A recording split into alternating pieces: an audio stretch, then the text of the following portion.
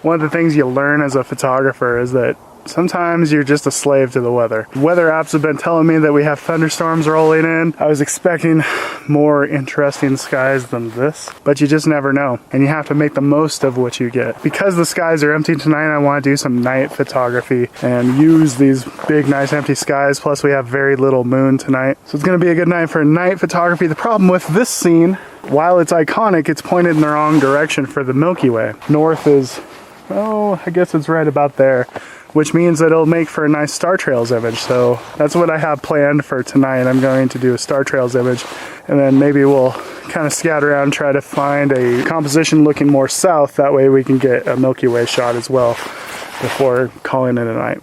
That's kind of the moral of the story, is you have to work with what you're given. And today we're given completely empty skies. So I'm not even gonna pull out the camera until later tonight.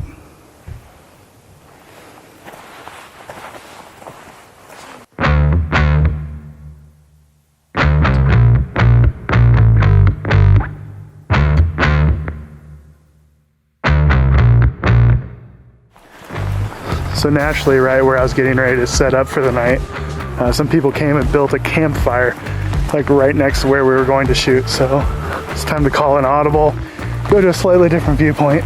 It'll still be good, it'll just be different.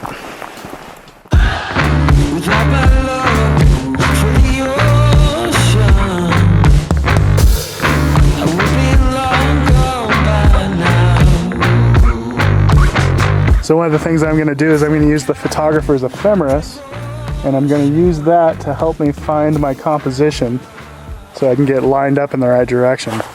North is pretty much going to be right between the two volcanoes, which is exactly what we want, because that's going to be the center of our Star Trails circle. And that's going to work out pretty well, just as I had hoped. So the way that I'm going to shoot this is basically I'm going to shoot a time lapse. I'm going to use the intervalometer mode in the camera and take just a whole bunch of photos, shoot them all in manual mode. And I want to start shooting fairly early in the evening when we still have some ambient light going on. And the reason for that is because that's going to give us our shadow detail. We have like no moon tonight, so we're going to need some ambient light in order to have shadow detail without just going crazy with the ISO. So I'm going to start shooting that kind of like mid blue hour, and I'm just going to keep taking shots all at the same exposure settings. As things get darker, all that we're really adding to the frames anymore are going to be the stars.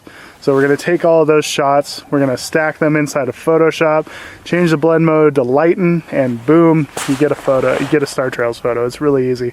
But the most important thing is starting the shots early enough in the evening to where you have some options. You don't have to use those earliest images, but it's nice to have them if you need them. Time for a fresh battery, turn off some lights, and we'll start shooting here.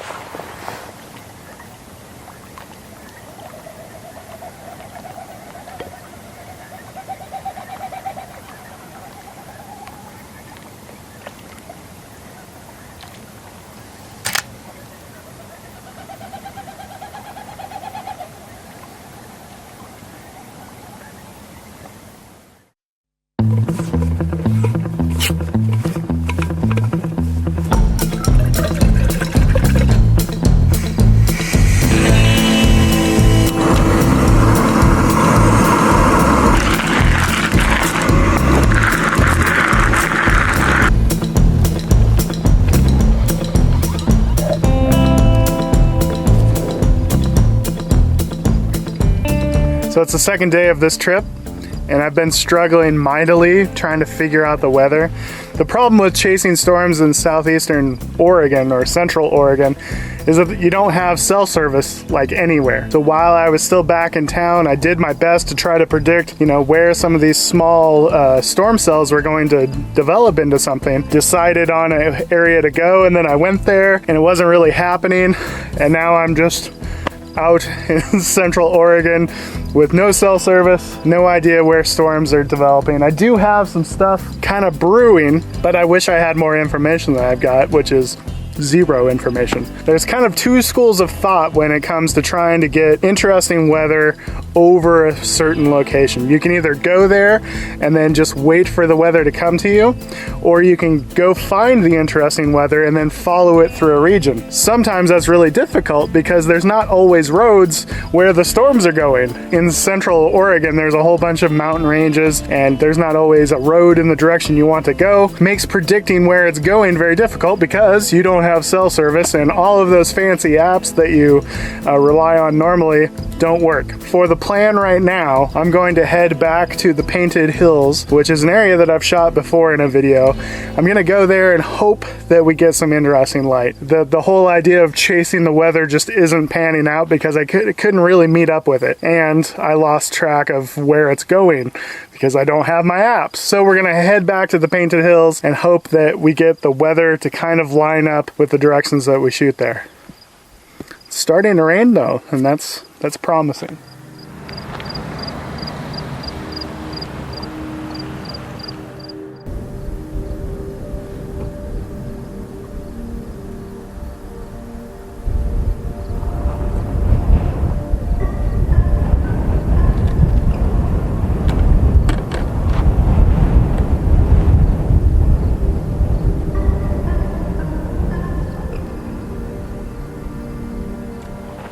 I've been waiting for conditions like this at the Painted Hills for a long time.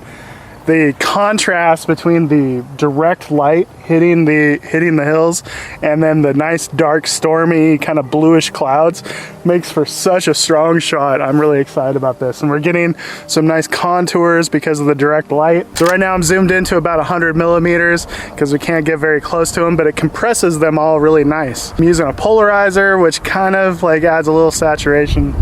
It's gonna end up being pretty cool, I think.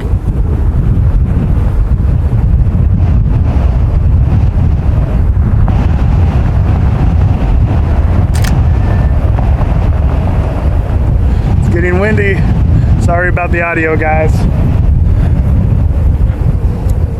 It seems like the longer I do photography, the more I like the extreme telephoto, intimate, like artsy fartsy shots. That's what I call them.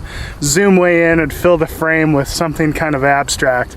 This is a perfect place for that kind of shot because you have so many interesting textures and patterns, and now we got shadows being created, and that adds an added element. The wider shots are working because we got this nice, interesting, dramatic sky, but I'm still really liking just zooming way in. I'm at 300 millimeters and filling the frame with nothing but just layers and shadows and the different colors and textures in the hills.